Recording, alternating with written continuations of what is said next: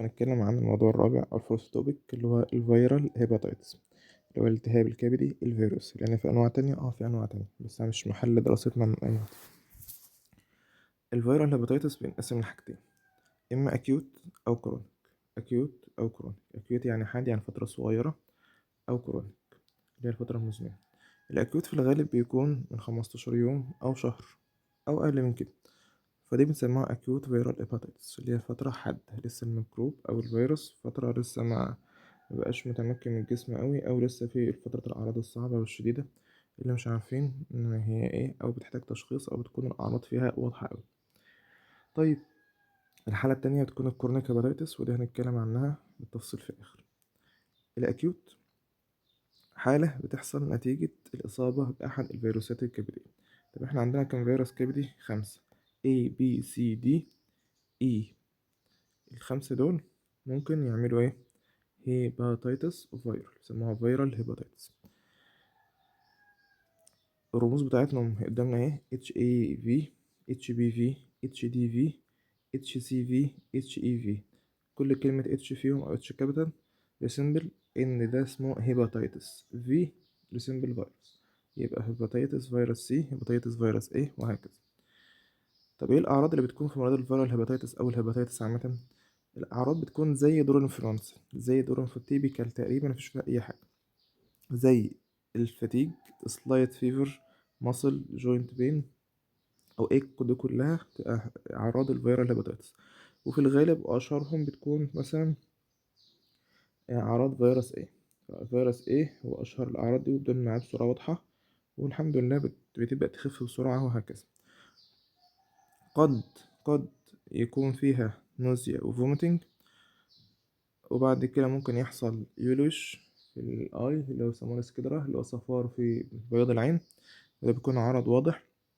وبعض الأحيان قد تظهر على الجلد، بيسموها جندس اللي هو الصفر. البيشنت ممكن يلاحظ الصفار ده أو يشوفه في لون اليورين بتاعه، بيقولك اللون شبه الشاي أو لون بتاعه أصفر فاتح. ممكن يتلاحظ أو ممكن ما يتلاحظش على حسب. السيمتومز بتاعتنا زي ما قلنا من شوية، الأكيوت بتعود لمدة كام؟ أقل من شهر. هنا ممكن توصل معانا في الهيباتيتس إلى من 4 ل6 أسابيع، من 4 ل6 أسابيع، يعني من شهر لشهر ونص، تكون لسه في مرحلة الأكيوت هيباتيتس، لأن الكبد عضو مهم شوية فممكن تطول معانا. السيمتومز بتاعتنا تختلف حسب السيفيريتي، بنشوف فيها الأعراض ونشوف البيشنت، وتكون حسب الحالة بتاعته. في أعراض بتكون واضحة خالص نشخص بها، مثلا فيروس A، فيروس B بدون أعراض، وهكذا. فيروس C الشكوى المريرة والغالبية العامة في المصريين، والحمد لله حصل فيه كنترول بنسبة كبيرة، والدنيا بقت أحسن والحمد لله، نسبة الشفاء قلت يعني. فيروس ايه بيقولك هنا إن هي في الغالب بتبقى السيمتوم بتاعته مايلد في الشيلدرن، وممكن تكون ليميتد، لمجرد إن هي مشاكل في الجهاز الهضمي أو discomfort أو نزية. لكن في الكبار بتبقى واضحة وصريحة، ممكن تيجي للكبار تيجي للصغار، ولكن الميزة فيه إن هو بيجي مرة في العمر، وبعد كده بيحصل مناعة ضده طول العمر. تيجي من أي أكل مش نضيف، أي حاجة كلناها برا مش نضيفة، مغص مش عارف ايه، تقول ده تلبك معوي، أو حاجة مش نضيفة كلتها، أو إسهال أو هكذا، وخلاص كده ده فيروس ايه، وانت من غير ما تاخد بالك بيجي ويروح وانت من غير ما تحس بيه. فيروس سي هي موست كيسز ملوش أي أعراض أو حاجة تبان معاه. طب بيكتشفوه ازاي؟ بالصدفة. most cases no symptoms، بيشتكيش من أي حاجة. طب فيروس ايه؟ بعد ما المريض بيبقى كويس، الجوندس ممكن يرجع تاني، لو يحصل له لبس أو يتكرر تاني في خلال شهرين. الجوندس نفسه الصفرة، لكن أعراض مش بتبدأ تظهر تاني. هنا الجدول ده بيقولك المود اوف ترانسميشن، ازاي الميكروب أو كل فيروس عندنا من ال5 بيتنقل. فيروس A B C D. هنا بقى دمجهم فيروس A و E جنب بعض، ودول أشهر فيروسين، غالبا معظم حاجاتهم شبه بعض، وبينتقلوا عن طريق الكونتامينيتد فود أو درينك، يعني أكل أو شرب ملوث. شربت حاجة من الشارع، أكلت حاجة مش نضيفة، أكلت حاجة وإيديك مش نضيفة، أو إيدك مش نضيفة، فدي يحصل إيه؟ يحصل لك contamination أو infection، والميكروب بتاعك الفيروس A أو فيروس A يجيلك. بتنتشر بين أفراد العائلة؟ لأ، ولا في أي مشكلة. نيدل ستيك لو حد تشك إبرة ولا أي حاجة. المدمنين مفيش فيها أي مشكلة. بلاد ترانسفيوجن هنا نقطة مهمة هنرجع لها كمان شوية. دايليسيس مرضى الغريسيل لا مفيش معاهم. فيروس 6 مش مشكلة، منعملش معاهم حاجة من الأم للطفل أو الأم الحامل لطفلها ولا الهوا. الحتة بس المهمة اللي هي فيها الخلاف أو البوينت اللي احنا لازم نخلي منها اللي هي علامة استفهام الكويشن مارك ده، إن بيقول لك هنا أهي تفسير أهي،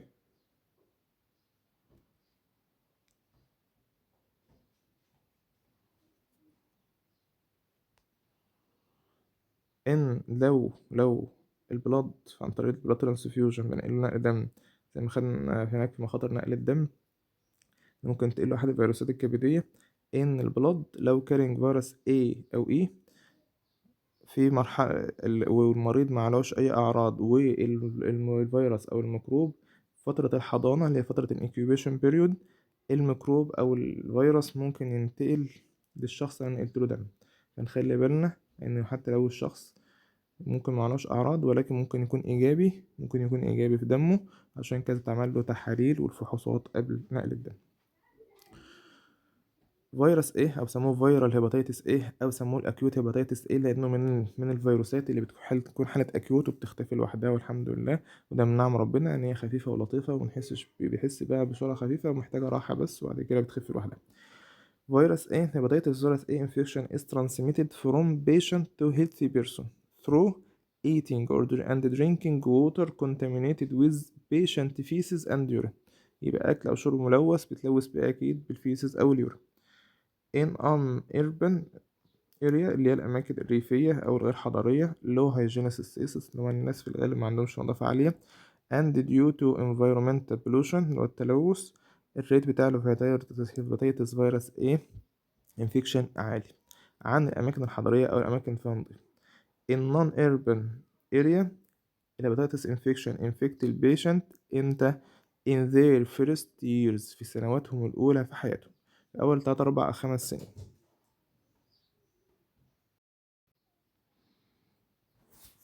يبقى الفيرال هيباتيتس بتصيب الأطفال في سنواتهم الأولى في الغالب في أول 4 أو 5 سنين، بيسموهم acute viral gastroenteritis اللي هي بتيجي أعراض في الجاستروانترايتس تقريبا شبه النزلة المعوية. في الأربان areas بيقول لك hepatitis virus A infect older children and adult and their symptoms are clear and complete. الأعراض واضحة وصريحة. In all cases patient acquire lifelong immunity زي ما قلنا من شوية، lifelong لا مرة في العمر أو مدى الحياة، بتجيلك مرة مش بتجيلك تاني، ودي من حاجة كويسة في الفيرال hepatitis. lifelong against hepatitis virus A and doesn't get infected again، يبقى مرة ايه في العمر.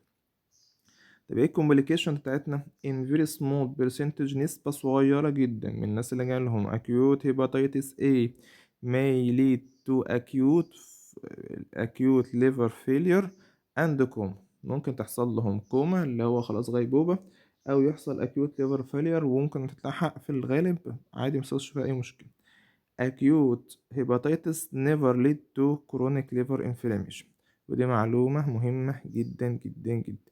ليه؟ لأن في زي ما نعرف كمان شوية إن في فيروسات ممكن ما تروقش أو تفضل خاملة أو كامنة في الجسم أو شغالة في الخفاء من غير ما تحس بيها، زي ما قلنا من شوية فيروس سي إن هو في الغالب أسيمتوماتيك، إن هو بدون أعراض وما تظهرش مع أي حاجة، ولكن قد لا قدر الله يقلب بكانسرس أو يحصل فايبروس اللي هو تليف. فيرال هيباتيتس بي أو أكيوت هيباتيتس بي دي مرحلة، لأن ده من الفيروسات اللي بتقلب بكرونيك هيباتيتس. Infection with this virus is transmitted from carrier to healthy people. ازاي؟ عن طريق البلاد transfusion والبلاد products. This virus infect children and adult. Children are infected from mother carrying the virus اللي هو ال vertical transmission اللي هو الولادة من الأم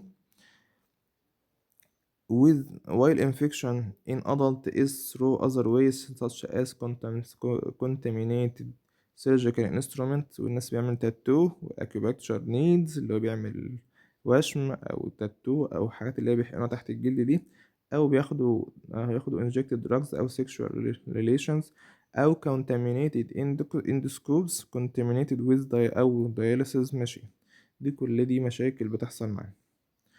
فدي كلها طرق العدوى واللي هي موجودة برضو في الجدول بتاعنا هنا فوق اهي. فيروس بي among the families member needle sticks drug addict blood transfusion ماشي dialysis via 6 from pregnant يبقى الحاجة الوحيدة اللي مش بينتقل منها الفيروس بي أو الدي أو السي هي contaminated food or drink. دول مش بينتقلوا عن طريق الأكل أو الشرب الملوث ولكن كل الوسائل الأخرى تنتقل به في خلاف ال A وال A عن طريق الأكل أو الشرب الملوثين. فلازم نخلي بالنا من النقطة دي ودي خلاصة الجدول بتاعنا اللي هو contaminated food or drink ده فيروس A و A. الباقي كله بيحصل فيه العكس بتاعهم اللي هو فيروس B أو C عشان ما نتلخبطش في الجدول. نرجع تاني لفيروس B. الكومبليكيشن بتاعته رخامة الفيروس ده ان هو بدون اعراض وبيقعد طول عمره وبعد كده لا قدر الله ممكن يقلب بكانسر من غير ما نحس بيه. the danger of this virus ability في ان هو يتحول من acute لكرونيك وبعد كده يقلب liver cirrhosis او الاسوأ liver tumors ومرض والاورام بتاعة الكبد صعبة شوية ربنا يعافينا ويشفي كل مرض. Is the ability to transition the patient from the stage of acute hepatitis to chronic hepatitis, which lead to liver cirrhosis and liver tumors. The rate of this transmission للأسف is high في الchildren حوالي 90% في البيشنت الأطفال والأدلت about 10% 10%. يبقى التحول من ورم عادي أكيوت إلى كرونيك وبيحصل فيه سيروزز أو هيباتيتس وتيومر ده كله بيحصل في الأطفال بنسبة 90%. يعني ممكن الطفل يلقطه وهو صغير تبان عليه وهو كبير تقلب ليفر سيروز أو تيومر. السبب ما كناش عارفين إن في الفيروس ده مش حاسين بأعراضه وهو كامن وموجود في الجسم وشغال في الخفاء ومش حاسس بيه يديني بعد كده مشاكل او يديلي تيومرز او سيروزز. فعشان كده في مبادرات بتتعمل كل سنة ان في اطفال في سن معين في سن الاعدادي او الثانوي بيتعمل لهم كشف وحملة قومية في العادي ان هو يتكشف عن الفيروس بي او الفيروس سي وبنطعم ضد الفيروس بي او السي كل فترة. بنطعم ضده واحنا صغيرين البي عشان الطفل ما يحصلوش اي كومبليكيشن وده من اول تطعيم الطفل بتطعمه مع عينة الكعب في أول 24 ساعة بنخاف إن هو يلقط فيروس بي فيفضل معاه كرونيك. لأ ما ألحقه من بدري وأديهوله عشان الطفل ما يحصلوش حاجة لا قدر الله وأحاول أحافظ على صحته قدر الإمكان. تالت فيروس معانا اللي هو فيروس دي acute viral hepatitis دي أو acute hepatitis دي. الانفكشن بتحصل بيحصل في الغالب مع الناس اللي عندهم فيروس بي. في الغالب مع مين؟ only occurs when patient infected with virus B. يعني مبيجيش لوحده بيجي simultaneous with virus B لازم يكون معاه فيروس B. يعني لو لقيت الشخص عنده فيروس B احتمال يكون عنده فيروس D. لكن لو الشخص أكيد أكدت إن عنده فيروس دي يبقى أبصم بالعشرة إن هو عنده فيروس بي لأن هو ما بيجيش غير للأشخاص اللي عندهم فيروس بي. نقول تاني ما بيجيش غير للأشخاص اللي عندهم فيروس بي. نقول تالت ما بيجيش غير الأشخاص اللي عندهم فيروس بي. and the patient in this case has acute hepatitis cause both virus الاتنين شغالين مع بعض. فتخيل الشخص عامل ازاي. او the infection may be sequential في الاول يجيله فيروس بي وبعد كده يجيله فيروس دي سوبر انفكشن اللي هو مناعته ضعيفة فيحصل له انفكشن كمان بفيروس دي يزيد الطين بلة. وفي الغالب البيشنت بتحول الى كرونيك كيس بيسموها كرونيك هيباتيتس بي ويحصل او يجيله فيروس بي وتكمل معاه فيروس بي. لا يكمل معاه كمان فيروس دي بيحصل acute flares of acute virus D، يعني فيروس D جاي فوق راس الفيروس B اللي موجود كرونيك أو acute، والأعراض بتاعة فيروس D هي اللي تظهر. فيروس D شبه فيروس B في الترانسميشن، بينتقل ازاي أو disease progression أو في الكومبليكيشنز اللي هي المضاعفات بتاعته. يبقى فيروس D فيروس خطير، ما بيجيش غير الأشخاص اللي عندهم فيروس B، سواء في مرحلة الأكيوت أو الكرونيك. بيجي كسوبر انفكشن نتيجة المناعة قلت، فهو بينتهز الفرصة ويدخل يتفاعل وتظهر علينا الأعراض بتاعة فيروس دي. طب بينتقل ازاي؟ نفس طريقة الانتقال بتاعة فيروس بي. طب شكله بيكبر ازاي؟ نفس الديزيز بروجريشن ونفس الكومبليكيشن، لأنهم مع بعض فبيعتبروا حاجة واحدة تقريبا في الانفكشن. اكيوت فيرال سي، فيروس هيباتيتس سي او اكيوت هيباتيتس سي، وده من اشهر الحاجات عندنا في مصر، والحمد لله بقى لها علاج شافي لحد دلوقتي. 90% من الحالات بقت كويسة الحمد لله، ما حصلش لها ريلابس أو أي complication. Hepatitis virus C is transmitted from patients those infected with contaminated blood and its products similar to hepatitis virus B in this regard, but نادرا transmitted through sexual intercourse عن طريق عملية جنسية أو من المذر للطفل بتاعها أثناء الولادة أو أثناء الحمل. مصر is considered one of the countries with highest rates في hepatitis virus 3 infection all over the world.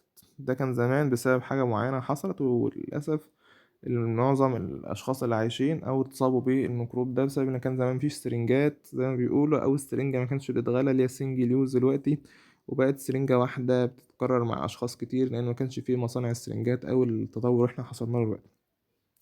فأصبح كان بيحصل contamination، تتغلى السرنجة وترجع تاني، فالميكروب ينتقل من شخص لشخص لشخص وهكذا. The danger of this virus رخامته بقى lies in the fact that 50% منه بيقلب بكرونيك which lead to liver cirrhosis والتيومر. يبقى كان هناك 90% من الأطفال و10% من الكبار في الفيروس بي بيقلب ايه؟ كرونيك، وبيقلب ليفر تيومرز، وبيقلب معانا هيبقى خلاص سيروزس. إنما هنا 50 من المصابين منهم بيحصل له كرونيك هيباتيتس، بيحصل له lead to liver cirrhosis and tumor. ده لأكيوت فيروس سي. قد يقلب كرونيك، ما يقلب كرونيك، بس 50%، 50 يحصل له مشاكل أو ما يحصلوش. فيروس E وهو الفيروس الأخير بتاعنا، أكيوت فيرال هيباتيتس E، ريسمبل شبه فيروس A في المود اوف ترانسميشن زي ما قلنا في الجدول فوق. هنا هنرجع له تاني اهو. بينتقل هنا، هما الاتنين بينتقلوا عن طريق الكونتامينيتد فود. عن طريق ايه؟ الكونتامينيتد فود اور درينك. دول الاتنين مع بعض، contaminated food or drink. تمام، واضحة كده. contaminated food or drink.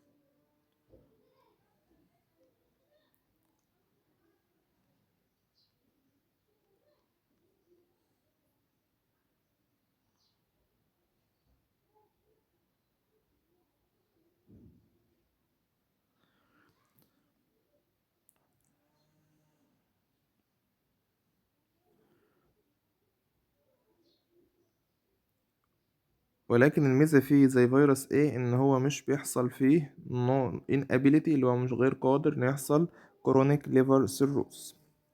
but if a pregnant woman is infected it carries to ايه؟ it carries the risk of acute liver function.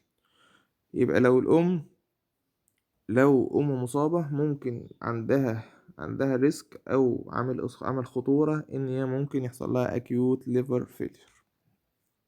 يبقى قلنا عندنا 5 فيروسات كبدية، 2 منهم مش كرونيك أو أكيوت بس اللي هما الفيروس A والA. مش بيقلب كرونيك، يعني مش بيقلب بطول العمر أو بيقلب بمدى طويل من غير ما تحس بيه.